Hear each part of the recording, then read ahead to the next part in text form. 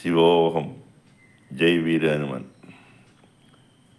പ്രത്യയശാസ്ത്രങ്ങൾ യാഥാർത്ഥ്യങ്ങൾക്ക് വഴിമാറിക്കൊടുക്കും, നിർബന്ധിതമാവുക. അങ്ങനെ അത്തരത്തിലാണ് ഇപ്പോൾ നമ്മൾ തന്നെ ഈ 25 പാർട്ടി കോൺഗ്രസ്സിൽ അത്യാവശ്യം സ്വകാര്യവൽക്കരണം ആവാമെന്ന് തീരുമാനിച്ചുറച്ചു. കാലത്തിനനുസരിച്ച് മാറ്റങ്ങൾ വരുത്തേണ്ടി വരും.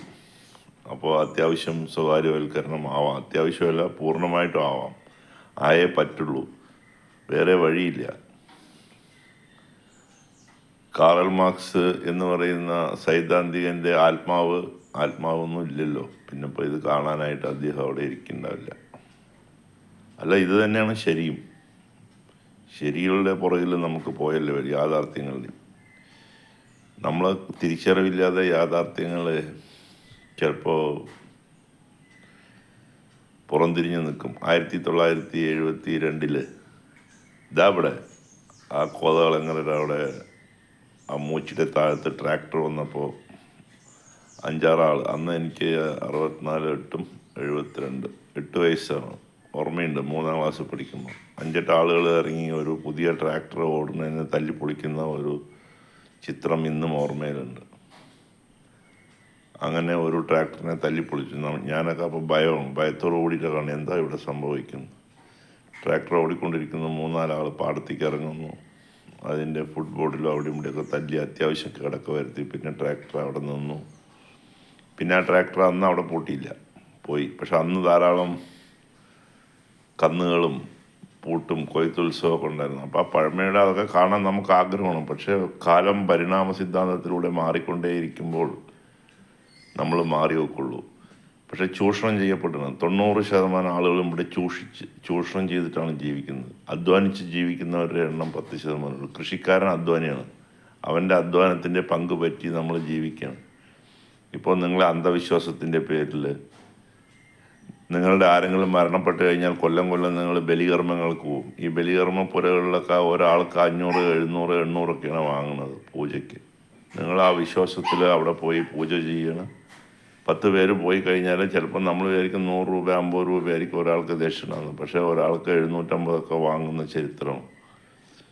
ഇതൊക്കെ ഓതറൈസ്ഡാണോ? ഓതറൈസ്ഡല്ല, അൺഓതറൈസ്ഡാണ്. പിന്നെ ഒരാളില്ല, ഇങ്ങനെ പുരാണങ്ങളും മിത്തുകളൊക്കെ നിങ്ങൾക്കറിയും. പക്ഷേ അയാൾ കൈയൊക്കെ ഇങ്ങനെയൊക്കെ കാണിക്കും പ്രത്യേക രീതിയിൽ. അപ്പോൾ ആ കൈ കാണിക്കുന്ന രീതിയിൽ തന്നെ നിങ്ങൾക്ക് അയാളിൽ എന്തോ ഉണ്ട് എന്നൊരു ആകർഷണത്വം തോന്നും. പലരും പല രീതിയിലൊക്കെ കാണിക്കും, ഇങ്ങനെയൊക്കെ കാണിക്കുമ്പോൾ നമുക്ക് തോന്നും ഇവരിലൊക്കെ എന്തോ ഒരു ചൈതന്യമുണ്ട്. അവർ പുരാണങ്ങളും കെട്ടുകഥകളും മിത്തുകളും അവരുടേതായ രീതിയിൽ വ്യാഖ്യാനിച്ചു തരും നിങ്ങൾക്ക്. നിങ്ങളൊക്കെ അറിയാം, എല്ലാം നിങ്ങൾക്കറിയും. എന്നിട്ട് പറയും ഈ കൊമ്പുണ്ടല്ലോ, എന്താ പറയുക, പശുവിൻ്റെ കൊമ്പിൻ്റെ ഇടയിൽ നിന്ന് റേഡിയോ ഫ്രീക്വൻസി വരും. അതിൻ്റെ ചാണകത്തിൽ പ്ലൂട്ടോണിയോ എന്തോ ഉണ്ട്. അപ്പോൾ പൃഷ്ഠത്തിൽ നോക്കി പൂജ കഴിക്കണം. ഇങ്ങനെയൊക്കെ പറഞ്ഞ് നിങ്ങളെ നിങ്ങളത് വായും പൊളിച്ച് കേൾക്കാൻ വിധിക്കപ്പെട്ടവരാണ്. വിദ്യാഭ്യാസം ഉണ്ടെങ്കിലും സ്വയചിന്തയില്ല. മറ്റുള്ള അവരത് പറഞ്ഞു, ഇവരിത് പറഞ്ഞു, മറ്റവൻ പറഞ്ഞു. നിങ്ങൾക്ക് സ്വയമായിട്ടൊരു ഉരുത്തിരിവോ ചിന്തയില്ലാത്തത് കൊണ്ട് മറ്റവൻ പറഞ്ഞതെല്ലാം കേട്ട് വിഴുങ്ങി അവർ വാങ്ങുന്നത്. ഇപ്പോൾ നമ്മുടെ ഇവിടെ തന്നെ അറിയുന്ന ഒരു അമ്പലത്തേക്ക് ഇങ്ങനെ ഒരു കൈ കാണിക്കുന്നവനെ വിളിച്ചു ഒരാഴ്ചത്തെ പ്രഭാഷണത്തിന്. അവൻ ചോദിച്ചത് എന്നെ കാണാൻ, മാനേജറെ കാണാനാണ് പറഞ്ഞു. മാനേജറെ കണ്ടപ്പോൾ പറഞ്ഞത് എത്ര അറിയാം? 3 ലക്ഷം രൂപ. 3 ലക്ഷം രൂപയാണ് ഈ കെട്ടുകഥകൾ പഠിപ്പിക്കാൻ വേണ്ടി പുള്ളി വാങ്ങുന്നത്. ഈ പൈസ ആരുടെ നിന്നാണ്?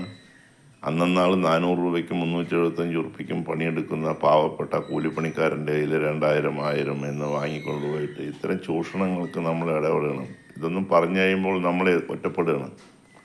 ചൂഷണങ്ങളെപ്പറ്റി പറയുന്നവൻ ഒറ്റപ്പെടുകയും ചൂഷിതരാവുന്നവർ പറയും ഞങ്ങൾക്കത് ഇഷ്ടമാണ് എന്നാണ് അവർ പറയുന്നത്. എന്ത് ചെയ്യാൻ പറ്റും? ഇപ്പോൾ ഒരു സ്ഥലത്ത് കുട്ടികളെ ഉണ്ടാക്കി കൂട്ടണം. 5ാമത്തെ കുട്ടിയെ സ്വയം വീട്ടിൽ തന്നെ ബ്ലേഡ് കൊണ്ട് പൊക്കിക്കൊടി മുറിച്ച് മാറ്റി പ്രസവം എടുക്കുന്ന രീതിയിലേക്ക് മാറുകയാണ് ജനങ്ങൾ. അതിൽ സംഭവിക്കുന്ന പ്രശ്നങ്ങളെ പറ്റി തിരിച്ചറിയുന്നില്ല.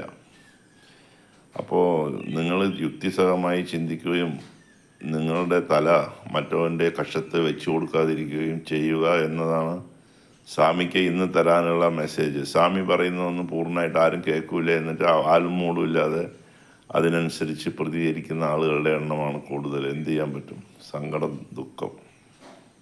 അപ്പോൾ ഞാൻ എൻ്റെ പൂർവികർക്ക് വിചാരിച്ചിട്ട് എൻ്റെ അച്ഛൻ, അമ്മ, അമ്മായിയമ്മ, മുത്തശ്ശൻ, മുത്തശ്ശി, അതിന് 5 കുട്ടികളുണ്ട്, നായക്കുട്ടികൾ. അവരുടെ ജന്മമാണ് ഈ 5 നായക്കുട്ടികളിലും എന്ന് വിശ്വസിച്ച് അവർക്ക് ഡെയിലി ഞാൻ ഒരു കൊല്ലത്തിലൊരിക്കലല്ല, എന്നും അവർക്ക് എന്തെങ്കിലും അവിലോ പൊരിയോ മുറുക്കോ കുറച്ച് ഭക്ഷണമൊക്കെ ഇട്ട് കൊടുക്കും. അപ്പോൾ എൻ്റെ പൂർവികർ 5 നായക്കുട്ടികളായിട്ട് ഇവിടെ വന്ന് കിടപ്പാണ്. ആ വിശ്വാസത്തിലാണ് ഞാൻ ജീവിക്കുന്നത്. നിങ്ങളും അങ്ങനെ ഏതെങ്കിലും ഒരു സങ്കല്പ വിശ്വാസത്തിൽ നിങ്ങളുടെ പോക്കറ്റ് കാലിയാകാതെ ജീവിക്കാൻ ശ്രമിക്കുക എന്ന് മാത്രം പറഞ്ഞുകൊണ്ട് ഗുഡ് ബൈ.